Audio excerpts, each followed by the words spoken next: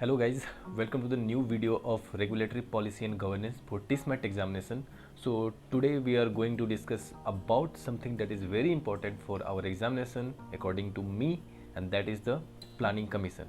You should ask yourself that is it important for your examination, that is TISMET, that is regulatory policy. That I always do that whenever I have to start any topic, then I पूछता हूँ खुद से, is it necessary to read this topic? तो मुझे लगा कि ये बहुत इंपॉर्टेंट है, that is Y am making the video. और मैंने पहले लास्ट वीडियो में भी बोल रखा था कि मैं प्लानिंग कमीशन वीडियो बनाऊंगा, क्योंकि अब मैं इसका रीज़न दे रहा हूँ कि मुझे ये वीडियो क्यों बनाना था। ये वीडियो इसलिए बनाना था क्योंकि planning commission was something that was the first policy of our Indian economy system.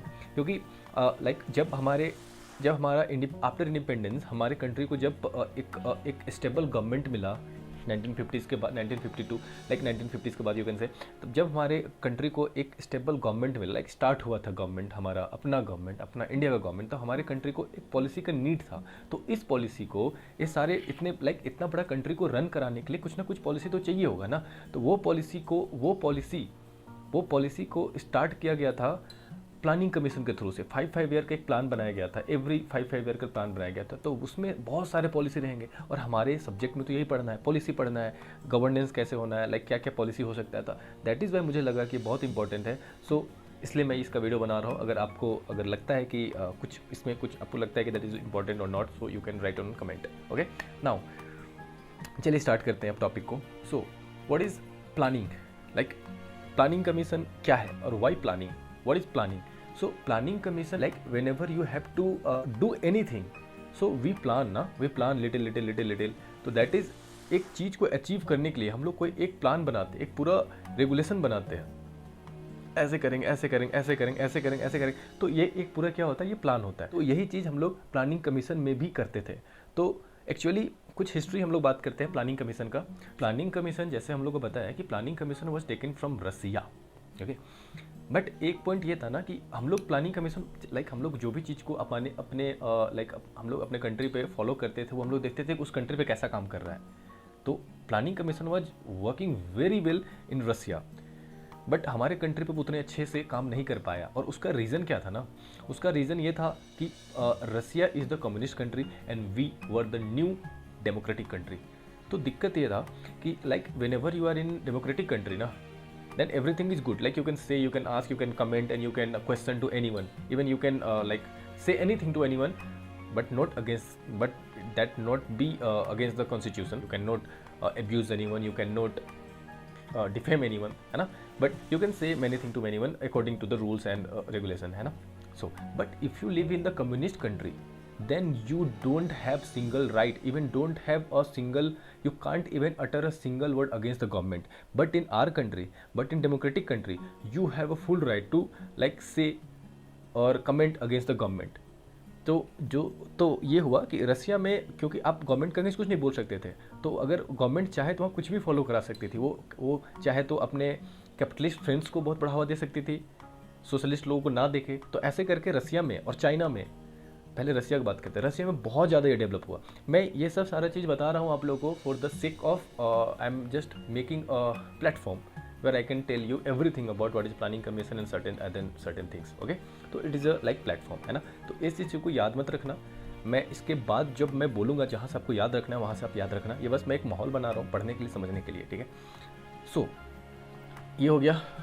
और मैं क्या बोल रहा था, हाँ जी, ये हो। अब देखो, मैंने एक चीज़ और, जो मैं ये सारा नोट्स बनाया है, तो मैं आप लोगों को बुक दिखा देता हूँ जिस बुक से मैंने ये नोट्स बनाया। ये बुक है, ये जो आप लोगों ने पढ़ा होगा टिसनेट के एग्जामिनेशन में, या फिर आपने पढ़ा होगा लूसेंट। ये बुक है आपका मनोहर पांडे का बुक है, जनरल नॉलेज, या फिर कोई भी लूसेंट की बुक है। तो मैंने इसी बुक से नोट्स बनाया, कुछ मैंने नेट से सर्च करा है जो मुझे इंपॉर्टेंट लगा, something what I am going to do right now, that is a history. तो हिस्ट्री यहाँ नहीं दिया हुआ है, तो बहुत बारीक चीज़ दिया हुआ है, और मैंने कुछ पढ़ा भी था। तो मैं आपको कुछ इसका हिस्ट्री बताता हूँ। देखो, प्लानिंग कमीशन तो हम लोगों ने रसिया से ले लिया, बट उससे पहले भी हमारे कुछ साइंटिस्ट थे, कुछ यू कैन से सम बुद्धिजीवी लोग थे, उन्होंने पहले से ही कुछ बोल रखा था। अगर हम लोग उस चीज़ को फॉलो कर लिए होते तो समथिंग माइट बी गुड हुआ होता हमारे लिए। एक्चुअली एक और पॉइंट मैं बताना चाहता हूँ, and that is this planning commission is not a constitutional body. इसका मतलब ये नहीं है कि अनकॉन्स्टिट्यूशनल है। लाइक अनकॉन्स्टिट्यूशनल नेगेटिव वर्ड लगता है, इट इज़ वाई मैं अनकॉन्स्टिट्यूशनल नहीं बोलता हूँ। ये है एग्जीक्यूटिव बॉडी। कॉन्स्टिट्यूशनल बॉडी उसे बोलते हैं जो कॉन्स्टिट्यूशन में लिखा हुआ है, जैसे कि हमारा लिखा हुआ है election commission. Election commission article 324 में लिखा हुआ है, वो हमारे कॉन्स्टिट्यूशन में लिखा हुआ है, बट दिस प्लानिंग कमीशन कहीं नहीं लिखा हुआ है हमारे कॉन्स्टिट्यूशन में, ठीक है। तो इसलिए हम लोग इसे एग्जीक्यूटिव बॉडी बोलते हैं, अनकॉन्स्टिट्यूशनल नहीं बोलते, नॉन कॉन्स्टिट्यूशनल बॉडी बोलते हैं, ओके। अनकॉन्स्टिट्यूशनल नहीं, नॉन कॉन्स्टिट्यूशनल, ठीक है जी। तो चलो मैं आपको कुछ कुछ पॉइंट बता रहा हूँ, ये आप इसका डेटा याद रखना, थोड़ा मोड़ा हो सके तो कर सकूँ तो कर लेना, क्योंकि चेरी ऑन द केक वाला कहानी हो जाएगा, ना हो सके तो मैं जो बोल रहा हूँ उसे याद रखना। देखो सबसे पहले जो हमारे लाइक मैंने जो बोला कि अगर कुछ कुछ हमारे लाइक हमारे कंट्री में कुछ कुछ ऐसे लोग थे जो बहुत ही ज्ञानी थे, लाइक बहुत ही नॉलेजेबल थे, लाइक वेरी एक्यूमेन, है ना, बहुत ज़्यादा। तो उन्होंने उनमें से एक है हमारे एम विश्वेश्वरैया, सभी ने नाम सुना होगा इनका। उन्होंने एक बुक लिखा था 1934 में, उस बुक का नाम था the plan economy of India. और ये बुक बोला जाता है अगर ये बुक को अगर उस टाइम के पॉलिसी मेकर और उस टाइम के रेगुलेटर और गवर्नमेंट ने अगर इसको अप्लाई करा होता इस बुक के जो भी रिकमेंडेशन थे उसको, तो हमारा कंट्री आज कहीं और होता, ऐसा बोला जाता है। फिर नेक्स्ट ये समझ में आ गया। इसमें आप याद रखना कि 1934 में एक बुक आया था, उसको लिखा था किसने, एम विश्वेश्वरैया का plan economy of India. Might be पूछे, क्योंकि ये something is important, like 3-4 question, 3-4 topics उसको या 3-4 लाइक पॉइंट्स ऐसे उसको आप याद कर लेना। Now second was is the national planning commission. ये नेशनल प्लानिंग कमीशन आया था 1938 में, और इसके 1938 में से देखो अभी बिफोर द इंडिपेंडेंस ना, अभी कहानी हो रहा है, पहले से चल रहा है, क्योंकि पता चल गया था हम लोग इंडिपेंडेंट, लाइक हम लोग को इंडिपेंडेंस मिलने वाला है, तो उससे पहले ही लोगों ने स्टार्ट कर दिया बहुत सारा चीज़ काम करना। और ऐसे भी ये लोग तो दिग्गज हैं, तो इन लोग तो हमेशा से कुछ ना कुछ कर। सो 1938 में आया था नेशनल प्लानिंग कमेटी, और इसके चेयरमैन कौन थे, जवाहरलाल नेहरू, ओके डन। तो इसमें भी वही कुछ कुछ अपने कंट्री के लिए प्लान। देखो अब मैं बोलूँ कि इसके अंदर में जाकर मैं कुछ बताऊँ, देखो मैंने भी नहीं पढ़ा इसके बारे में बहुत ज़्यादा, क्योंकि मुझे पता है कि एग्जाम में आएगा नहीं उतना ज़्यादा, क्योंकि हम लोग को पूरा तो हम लोगों ने पढ़ा नहीं, हम लोग तो कुछ डेटा पूछे, इसके बारे में जानते हो, इसके बारे में जानते हो बस। तो हाँ मैंने सुना है, तो ऐसा करके मैं बता सकता हूँ। अब उसे डीप पूछेंगे तो आई डोंट थिंक कि पूछेंगे, इसलिए मैंने इसे पढ़ा भी नहीं और मैं आपको रिकमेंड भी नहीं करूँगा पढ़ने के लिए। बस ये बस पता होना चाहिए कि क्या है, ये क्या है समथिंग करके, ठीक है। बॉम्बे प्लान एक्चुअली आया था 1944 में, और ये Bombay plan was very popular because that Bombay plan was formed by the 8 industrialists, and those who were, I'm telling the name, just listen: J.R.D. Tata, John Mathai, GD. Birla, Kasturba भाई लाल भाई, एक ही बंदा का नाम है कस्तूरबा भाई लाल। उस टाइम के बहुत ये लोग पॉपुलर इंडस्ट्रियलिस्ट थे।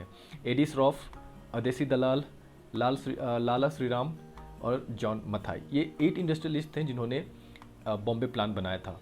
एक्चुअली ये बॉम्बे प्लान को एक इंडस्ट्रियलिस्ट ने बनाया था, तो ये कैपिटलिस्ट रहा होगा ऑब्वियस, बहुत ज़्यादा चांसेस है capitalist, like capitalist thoughtful thought रहा होगा इस प्लान में। ऐसा इसलिए क्योंकि इसने बनाया, किसने बनाया, इंडस्ट्रियलिस्ट ने बनाया, तो ऑब्वियस वो लोग अपना लॉस तो कराएंगे नहीं। उन्होंने कुछ ऐसा सोचा होगा जो उन लोग के प्रॉफिट के साथ साथ सोसाइटी को प्रॉफिट हो, बट ज़्यादातर अपना ही प्रॉफिट देखे होंगे। सो इसे लोगों ने बोला कि ये इंडस्ट्रियलिस्ट लाइक कैपिटलिस्ट पॉलिसी है। देयर आफ्टर उसके बाद इसको काउंटर करने के लिए बोल सकते हो आप, एक गांधीयन प्लान आया, और गांधीयन प्लान को किसने बनाया, श्रीमन नारायणन ने बनाया। अब गांधीयन प्लान था तो ये क्या रहा होगा, ऑब्वियस गांधी जी हमेशा क्या बोलते थे, एक पूरे सोसाइटी को ग्रो करने के बारे में देखते थे, हमेशा पूरे सोसाइटी को ग्रो कराने के बारे में सोचते थे। एक पर्टिकुलर एक इंडिविजुअल को पावर देने से वो हमेशा ये होते थे। तो इनका जो प्लान था, गांधीयन प्लान था, जो श्रीमन नारायणन ने लाया था, वो एक्चुअली यही था, सोशलिस्ट इकोनॉमी टाइप का ही था। एक बहुत इंपॉर्टेंट प्लान आया, उसका नाम है सर्वोदय प्लान। और सर्वोदय प्लान कौन लाया था, ये लाए थे उस टाइम के हीरो, बोला जाता है हीरो, ऑब्वियस वो हीरो थे जेपी नारायण, जयप्रकाश समझे, सुना है नाम ना। ये जो सर्वोदय प्लान लाया गया जेपी के द्वारा, जयप्रकाश नारायणन के द्वारा, जिन्होंने इंदिरा गांधी को आउटरूल करने में बहुत बड़ा हाथ था उनका। Like he was a leader, actually he was a leader, और वो उनका ताकत था, वो भाई बहुत बहुत डेंजरस, बहुत ऑथेंटिक, बहुत पावरफुल थे, वो बहुत ज़्यादा पावरफुल। एंड यही सर्वोदय प्लान को ही इंडियन इकोनॉमी का ब्लू प्रिंट बोला जाता है। So this is very important, you can say, because ये तो याद रखना ही रखना भाई, बहुत इंपॉर्टेंट है। Now we are coming on the main point कि व्हाट इज़ द, लाइक हम लोगों ने पढ़ लिया क्या प्लानिंग कमीशन, सारा कुछ पढ़ लिया। अब हम लोग आते हैं मेन पॉइंट पे कि प्लानिंग कमीशन स्टार्टिंग होने से क्या क्या हो रहा था। सो हम लोग का प्लानिंग कमीशन स्टार्ट हुआ था actually 1950। First planning commission was commenced on 1951, क्योंकि 5 ईयर का प्लानिंग कमीशन था तो 1951 से 1956 तक गया। और फर्स्ट प्लानिंग कमीशन में किसको टारगेट किया गया था? फर्स्ट प्लानिंग कमीशन में टारगेट किया गया था एग्रीकल्चर को टारगेट किया गया था, क्योंकि हमारा कंट्री जस्ट उस टाइम इंडिपेंडेंस मिला था हम लोग को, और हम लोग का उस टाइम क्या अभी भी एग्रीकल्चर पे डिपेंडेंस बहुत ज़्यादा है। तो हम लोगों ने फोकस करा क्यों ना हम लोग एग्रीकल्चर पे फोकस करें। लेकिन उस टाइम से एग्रीकल्चर पर फोकस किया जा रहा है, आज तक फोकस किया जा रहा है एग्रीकल्चर पर। एग्रीकल्चर का स्थिति आज तक वही का वही, ऐसा मुझे फील होता है। आप लोग बताओ अपना क्या है। तो फर्स्ट प्लानिंग कमीशन में जो 1951 से 1956 में उन्होंने इसे फर्स्ट जो प्लानिंग कमीशन 1951 से 56 को, इसको हार्वर्ड टॉमर्ड मॉडल बोला जाता है। और इसमें हाईएस्ट प्रायोरिटी किसको दिया गया था? एग्रीकल्चर को दिया गया, जैसे मैंने बताया। और इसका सबसे मोस्ट इंपॉर्टेंट, सबसे अच्छा बात ये है ना कि इस पे लाइक प्लानिंग कमीशन है तो कुछ ना कुछ तो टारगेट रखेंगे हम लोग। तो इसमें हम लोगों ने ग्रोथ, जो हम लोग को टारगेट रखा था कितना हम लोग का ग्रोथ होगा, तो हम लोगों ने टारगेट रखा था 2.1% का, बट हम लोगों ने अचीव कर लिया था 3.6% का। देखो क्या हो सकता है ना, जो मैं बोल रहा हूँ और जो मैं डेटा दूंगा माइट भी उसमें थोड़ा चेंजेस हो सकता है। तो डेटा को ज़्यादा कंसिडर मत करना, क्योंकि डेटा पूछा नहीं जाएगा कि इतना से इतना ग्रोथ हुआ है ना, समझ। लेकिन फर्स्ट ईयर का तो एग्जैक्ट होगा 2.1 से 3.6 तक, से याद रख लेना, ठीक है। नाउ अब आता है 19 5 ईयर प्लानिंग कमीशन। उसमें क्या था? फर्स्ट आया 1951 से 56, सेकंड का आया 1956 से 61 में आएगा। अब इसमें किस पे फोकस किया गया था? इसमें फोकस किया गया था इंडस्ट्री पे। और इस प्लानिंग कमीशन को बोला जाता था नेहरू महालनोबिस मॉडल। इसका ऐसा इसलिए नेहरू पीएम थे, और फर्स्ट प्लानिंग कमीशन में भी नेहरू पीएम थे, सेकंड प्लानिंग कमीशन में भी नेहरू पीएम थे। और इनके साथ सेकंड प्लानिंग कमीशन में प्रोफेसर थे जिन्होंने इसको बहुत अच्छे से रन कराने में हेल्प करा, रेगुलेट करने में हेल्प करा। वो थे हमारे प्रोफेसर थे पीसी महालनोबिस, ओके। और इसमें हम लोग टारगेट रखे थे 4.5% का, but we are not able to achieve 4.5 and we are able to achieve only 4.2%, okay. तो ऐसा बहुत ज़्यादा लाइक निराश होने वाली बात नहीं थी। हम लोग लाइक 2.1 टारगेट के 3.6 से लाइक 10th ईयर में हम लोग पहुंच गए हैं 4.5, that is 4.2, that is very good, that is a good growth rate. और यही टाइम क्या हुआ था कि ये हम लोग जब इंडस्ट्री को फोकस किए तो इंडस्ट्री ऑब्वियस डेवलप होना था। तो इंडस्ट्री डेवलप करने के लिए अपने पास पैसा कहाँ से आएगा? तो इस टाइम हम लोगों ने बहुत सारे कंट्री से टाई अप किया था, उन्होंने हमारे कंट्री पे आके बनाया। जैसे कि दुर्गापुर को बनाया गया था यूके के थ्रू से, दुर्गापुर जो स्टील प्लांट है उसको यूके के थ्रू से बनाया गया था, यूके के हेल्प से बनाया गया था, थ्रू से नहीं, यूके के हेल्प से बनाया गया था। भिलाई जो है उड़ीसा में, उसको रसिया के हेल्प से बनाया गया था। राउरकेला स्टील प्लांट है उसको बनाया गया था हमारा वेस्ट जर्मनी के हेल्प से बनाया गया था। ऐसे करके हम लोग उस टाइम बना रहे थे। तो अब इसमें याद क्या करना है? इसमें आपको ये याद करना है कि फर्स्ट प्लानिंग कमीशन कब आया, सेकंड प्लानिंग कमीशन कब आया, फर्स्ट प्लानिंग कमीशन पीएम कौन थे, सेकंड प्लानिंग कमीशन पीएम थे, फर्स्ट प्लानिंग कमीशन को किस मॉडल के नाम से जाना जाता है, सेकंड प्लानिंग कमीशन को किस मॉडल के नाम से जाना जाता है। जिसका मॉडल का नाम होगा मैं आपको बता दूंगा, जिसका मॉडल का नाम नहीं होगा तो मैं नहीं बताऊंगा। इसका मतलब समझ जाना कि मैं नहीं बता रहा हूँ तो समझ जाना कि उसका मॉडल का नाम नहीं है, ठीक है।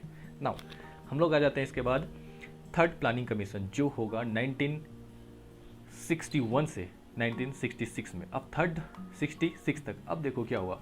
इसे हम लोग बोलते थे गडगिल योजना, ठीक है, इसको गडगिल योजना बोलते थे। अब इसमें हम लोगों ने टारगेट रखा 5.6% का, बट हम लोग अचीव हुआ बहुत गंदा। लाइक इस टाइम हम लोग का इकोनॉमी बहुत लाइक इस टाइम बोलोगे ना, हमारा किस्मत हमारे साथ था ही नहीं ना, हमारा इकोनॉमी का धजिया उड़ गया था। हम लोग को 5.6 टारगेट रखे, तो ऑब्वियस लास्ट टाइम 4.5 था, तो 4.2 था, तो ऑब्वियस हम लोग अचीव तो करेंगे ना, 10% आगे बढ़ना चाहेंगे, तो हम लोगों ने रखा था 5.6%। बट हमारा किस्मत बहुत गंदा था, बहुत ही ज़्यादा गंदा था, और हम लोगों ने ओनली 2.72% का ग्रोथ रेट अचीव कर पाया। और इस टाइम हम लोगों ने एक टारगेट रखा था कि हम लोग क्या करेंगे, सेल्फ रिलायंस हो जाएंगे तब तक, और अपना इकोनॉमी को सेल्फ रिलायंस अपना मतलब बहुत सारा कुछ अपने खुद से करने लगेंगे, ऐसा कुछ हम लोगों ने टारगेट रखा था। बट अपना किस्मत बोला मैंने, अपना किस्मत बहुत गंदा था उस time.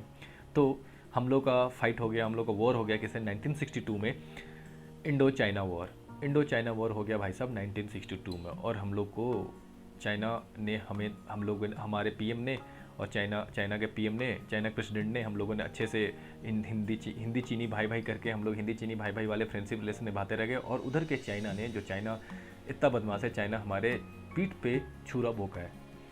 So that is Y हमारा इकोनॉमी बहुत गंदा तरीका से सफ़र करा। और उसके बाद इसके ये होने को, एक तो हम लोग हारे हैं, देर आफ्टर फिर से यही चीज़ का फ़ायदा उठाते हुए पाकिस्तान ने हम लोग पे वॉर किया 1965 में।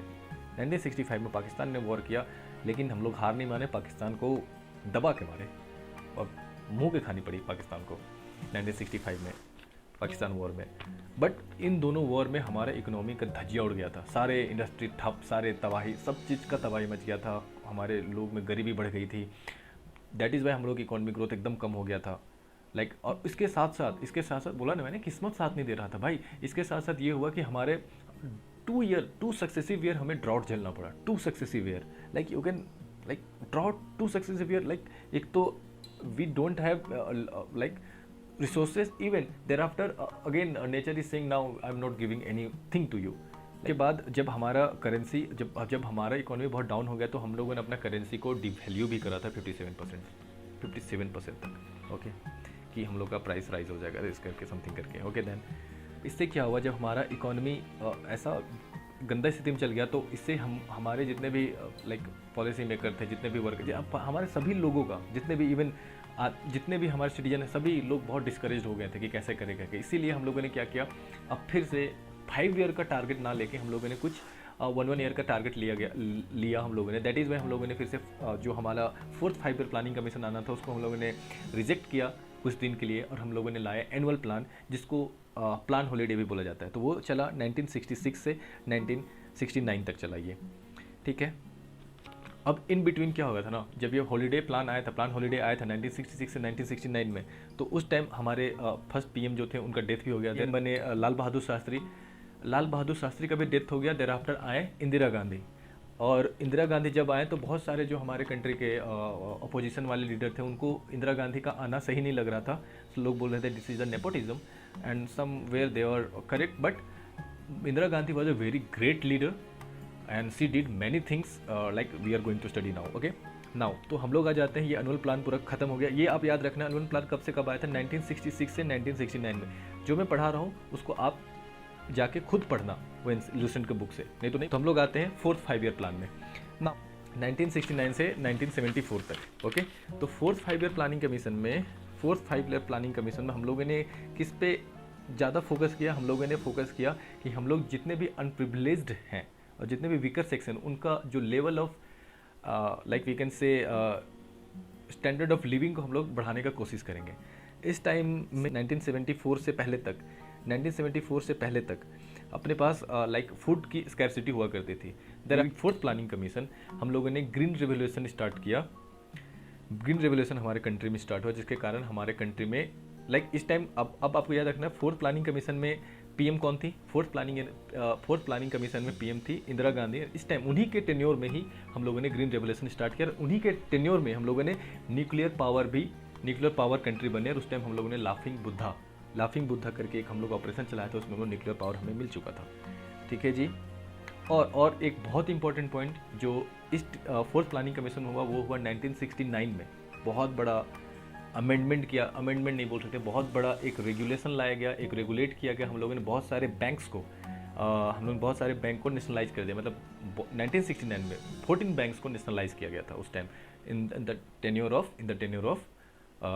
इंदिरा गांधी, ओके। देन ये कंप्लीट हो गया। नाउ हम लोग आ जाते हैं, अच्छा इसमें एक और पॉइंट जो हमें याद रखना नहीं है बट समझ लेना है कि टारगेट था हम लोग का कितना 5.7%, बट हम लोग अचीव किए थे कितना 3.3%। हम लोग आ जाते हैं 5th 5 ईयर प्लानिंग कमीशन में। ये कब आया, 1974 से 1979 में। अब इसका मोटो क्या था, इसका मोटो अगेन लाइक लास्ट टाइम का मोटो क्या था कि सबको अब जितने भी स्टैंडर्ड ऑफ लिविंग बढ़ाना था। इसमें क्या था, इसका भी एक मोटो था, गरीबी हटाओ। इसमें कौन सी पीएम थी, अभी भी पीएम कौन है, हमारी इंदिरा गांधी है अभी तक पीएम। और इसमें हम लोगों ने टारगेट क्या रखा था 4.4, लेकिन इस टाइम अच्छी बात हम लोगों का टारगेट अचीव से भी ज़्यादा हुआ। लाइक हम लोग टारगेट जितना सोचे थे उससे भी ज़्यादा हम लोग अचीव किए। That was 4.8%। That is the happy moment. Now जब इंदिरा गांधी ने बोला कि हम लोग जो 5th प्लानिंग कमीशन है, 5th 5 ईयर प्लानिंग कमीशन, उसमें हम लोग गरीबी हटाओ, तो अपोजिशन बोल रहे थे इंदिरा हटाओ। और यही टाइम था 1974 से 1979 में जो टाइम था 5th ईयर प्लानिंग कमीशन था, यही टाइम था। 1975 में इमरजेंसी भी आया था। दैट इज़ वाई अपोजिशन बोल रहे थे इंदिरा हटाओ, because something was wrong. That is why people are saying that Indira हटाओ। अब 1975 में क्या हुआ, 1975 में इमरजेंसी आ गया। आफ्टर द इमरजेंसी ये गवर्नमेंट फिर से इलेक्शन, लाइक इमरजेंसी के बाद इलेक्शन हुआ। अब इलेक्शन में क्या हुआ, फर्स्ट टाइम कांग्रेस हार चुकी थी और जनता दल का गवर्नमेंट बन चुका था, ठीक है जी। अब जनता दल का गवर्नमेंट हुआ तो हम लोग पता है जब भी अपोजिशन आता है मार्केट में, जब पावर में आता है अपोजिशन, तो क्या करता है, जो भी पहले के जो गवर्नमेंट थे उसके सारा रूल को क्या किया जाता है, चेंज कर दिया जाता है और उन्होंने अपना रूल बनाता था। सेम यहाँ भी वही हुआ। जनता दल ने क्या किया, जनता दल ने 5 ईयर प्लानिंग कमीशन को रिजेक्ट कर दिया और इन्होंने अपना लॉन्च कर दिया, इन्होंने अपना प्लान बना दिया, इसको बोला गया एनुअल प्लान। टाइम के पीएम थे मोरारजी देसाई 1978 में। ओके देन नाउ ये कंप्लीट हो गया 5 ईयर प्लानिंग कमीशन। नाउ अब हम लोग आते हैं 6th 5 year planning commission. Again कुछ साल चला एनुअल प्लान कितना चला, 1978 में मोरारजी देसाई का गवर्नमेंट बना था, 2 साल उनका गवर्नमेंट चला, 1 साल गवर्नमेंट चला, क्योंकि कोलिशन गवर्नमेंट था तो उनका गवर्नमेंट फिर से टूट गया और गवर्नमेंट गिर गया। तो फिर से इलेक्शन हुआ और इस टाइम फिर से फुल पावर से आई इंदिरा गांधी, आई और 6th प्लानिंग कमीशन फिर से स्टार्ट किया उन्होंने 1980 से 1985 तक। इस टाइम उन्होंने ढेर सारा काम किया और इन्होंने क्या किया, गरीबी हटाओ स्कीम, क्योंकि लास्ट टाइम लाई थी तो कम से कम 1 साल भी नहीं चला था, उनका गवर्नमेंट गिर गया था। बिकॉज 1974 में आई थी, 1975 में इमरजेंसी लगा दी तो उनका प्लान तो काम किया नहीं, इसलिए जब 6th प्लानिंग कमीशन आया तो उन्होंने फिर से गरीबी हटाओ का स्कीम लगाया और इन्होंने इस बार टारगेट रखा बोथ एग्रीकल्चर एंड इंडस्ट्री। देखो यही सब याद रखना है, टारगेट याद रखना, टारगेट वेरी इंपॉर्टेंट। टारगेट क्या करना है, बोथ एग्रीकल्चर इंडस्ट्री को इन्होंने टारगेट पे रखा और इस टाइम बहुत बड़े बड़े चीज़ का इस्टेब्लिशमेंट हुआ, जैसे कि 1980 में नबार्ड का इस्टेब्लिशमेंट हुआ, 1980 में अगेन 1980 में NREP का इस्टेब्लिशमेंट हुआ और बट बैड थिंग और सैड थिंग इज़ दैट यही टाइम में इंदिरा गांधी जी का असैसिनेशन भी हो गया। असैसिनेशन मीन्स उनका लाइक उन्हें मार दिया गया, यू कैन से। ठीक है, अब हम लोग अगेन आते हैं 7th 5 ईयर प्लानिंग कमीशन। ये आया था 1985 से 1990 तक। इसमें कुछ बहुत ज़्यादा नहीं हुआ था तो हम लोग आगे बढ़ जाते हैं। तो बहुत ज़्यादा पॉलिटिकल चेंजेस आने लगा, इसलिए 8th 5 year planning commission run नहीं कर पाया, इसलिए एनुअल प्लान आया 2 साल के लिए, 1990 से 1992 के लिए और फिर 1992 से 1997 तक के लिए 8th 5 ईयर प्लान आया। इसमें गवर्नमेंट बना किनका, इसमें गवर्नमेंट बना क्योंकि पॉलिटिकल चेंजेस हो रहा था तो इस बार गवर्नमेंट बना कांग्रेस का। और इसमें कांग्रेस के पीएम कौन थे, कांग्रेस के पीएम थे PV नरसिम्हा राव। इस टाइम ये जो 8th 5 ईयर प्लान था ये बहुत इंपॉर्टेंट है क्योंकि इस टाइम ढेर सारा पॉलिसी लाया गया था, इसमें सबसे इंपॉर्टेंट पॉलिसी था LPG पॉलिसी। और ये LPG पॉलिसी वो हमारे घर में LPG पॉलिसी नहीं, लिबरलाइजेशन, प्राइवेटाइजेशन, NG से ग्लोबलाइजेशन पॉलिसी था, ये 1991 में लाया गया। अब इसमें इससे बोला जाता है जो 8th 5 ईयर प्लानिंग कमीशन उसको बोला जाता है राव मनमोहन सिंह मॉडल। ओके, याद रखना। टारगेट इसमें क्या था, टारगेट हम लोगों ने देखो इस टाइम ना धांसू इस टाइम ना बहुत ही ज़्यादा ग्रोथ रेट हुआ था। इस टाइम हम लोगों ने टारगेट रखा था 5.6% का, बट ग्रोथ रेट हुआ था 6.6% का। भाई सोचो उस टाइम 6.6% का ग्रोथ रेट हुआ था, अभी तो हम लोग का इकॉनमी का बंटाधार में पड़ा कोरोना के कारण। भाई साहब उस टाइम 6.6% ग्रोथ रेट था और इतना अच्छा ग्रोथ रेट हुआ था क्योंकि हम लोगों ने जब हम लोगों ने ग्लोबलाइजेशन करा, इंडस्ट्रियलाइजेशन करा, LPG जब हम लोग LPG स्कीम को जब हम लोगों ने पूरा इम्प्लीमेंट कर दिया इस पॉलिसी को, तो क्या हुआ ना कि हमारे कंट्री में फ्लड आ गया डेवलपमेंट का, ढेर सारा डेवलपमेंट स्टार्ट होगा उस टाइम, ढेर सारा डेवलपमेंट। इसके कारण हम लोग का फिजिकल डेफिसिट कम हो गया, एग्रीकल्चर ग्रोथ भी बढ़ गया, इंडस्ट्रियल ग्रोथ भी बढ़ गया। और ड्यूरिंग दैट टाइम 1995 में वर्ल्ड ट्रेड ऑर्गेनाइजेशन का एस्टेब्लिशमेंट हुआ था और हम लोग WTO के फाइंडिंग मेंबर भी कहलाते हैं, दैट इज़ वाई। नाउ अब हम लोग आते हैं इसके बाद 1997 से 2002 के बीच में 9th 5 ईयर प्लानिंग कमीशन। अब इसमें क्या किया, इसमें 1997 से 2002 इसमें क्या किया गया, इसमें हम लोगों ने growth with social justice and equality. देखो हम लोग तभी से शुरू में क्या था, खाने की कमी थी, खाने की कमी फिल किए, उसके बाद डिपेंडेंस मिला हमारे कंट्री को, तो हम लोगों ने सबसे पहले फोकस किया एग्रीकल्चर, क्योंकि हमारा प्लस पॉइंट था एग्रीकल्चर, तो हम लोगों ने एग्रीकल्चर को फोकस किया। देर आफ्टर हम लोगों ने इंडस्ट्री को फोकस किया, देर आफ्टर फिर से हम लोगों ने क्योंकि इंडस्ट्री फोकस किया, उसके बाद हम लोगों ने फिर से ग्रीन रेवोल्यूशन, खाने का और व्यवस्था को बढ़ाया, क्योंकि खाने की बहुत कमी थी हमारे कंट्री पे, तो खाने का ग्रीन रेवोल्यूशन कारण खाने का व्यवस्था हो गया। उसके बाद हम लोगों ने फिर से इंडस्ट्री और एग्रीकल्चर दोनों को ग्रोथ किया। उसके बाद हम लोग अब आ गए फाइनली किस पे, हम लोग आ गए गरीबी भी हटा दी हम लोगों ने, फिर से गरीबी हटाने का पूरा स्कीम आ गया। उसके बाद हम लोगों ने अभी हटा दिए बट स्कीम तो आया था, अभी भी गरीबी है, स्टिल बहुत मेहनत किया गया। उसके बाद अभी अब 9th 5 ईयर प्लानिंग कमीशन में आया growth with social justice and equality. अब हम लोग पूरे सोसाइटी में इक्वालिटी ला रहे हैं, लेकिन अभी तक इक्वालिटी नहीं आया भाई साहब। अब जब ये 9th प्लानिंग कमीशन हुआ, 9th प्लानिंग कमीशन का बहुत इंपॉर्टेंट बात ये हुआ, हम लोगों ने इस पर एक universalization of the primary education कर दिया कि सबको प्राइमरी एजुकेशन मिलना ही मिलना है।